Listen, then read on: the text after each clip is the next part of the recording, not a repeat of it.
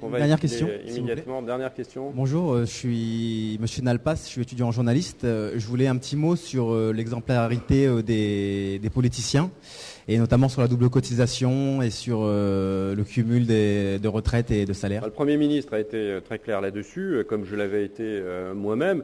Nous voulons que le régime de retraite des parlementaires, parce que c'est ce qui est de plus au fond, exemplaire, un peu de symbolique, soit modifié. Nous l'avons demandé à plusieurs reprises aux deux présidents d'Assemblée et aux présidents de groupe. Je remarque d'ailleurs que les socialistes sont assez peu empressés de changer ce système de retraite. Le président de l'Assemblée comme le président du Sénat vont faire des propositions, évidemment, dans peu de temps, et je les engage à les faire dans peu de temps.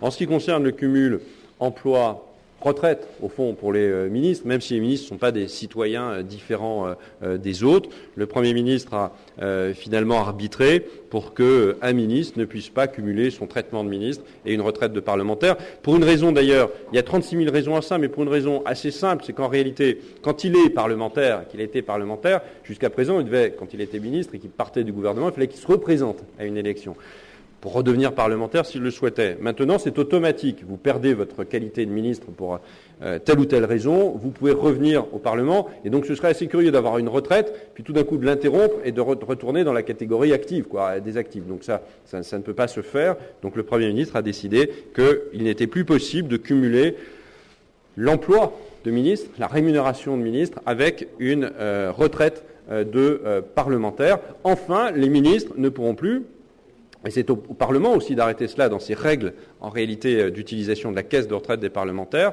Donc le gouvernement demande au Parlement de ne plus accepter, au fond, mais ça fait 50 ans que c'est comme ça, mais de ne plus accepter qu'un parlementaire qui devient ministre puisse continuer à cotiser à la caisse de retraite des parlementaires. Il continuera uniquement à cotiser à l'IRCANTEC comme tout agent contractuel de la fonction publique. Je crois que c'est 3 mesures qui sont extraordinairement fortes et exemplaires. Merci à vous.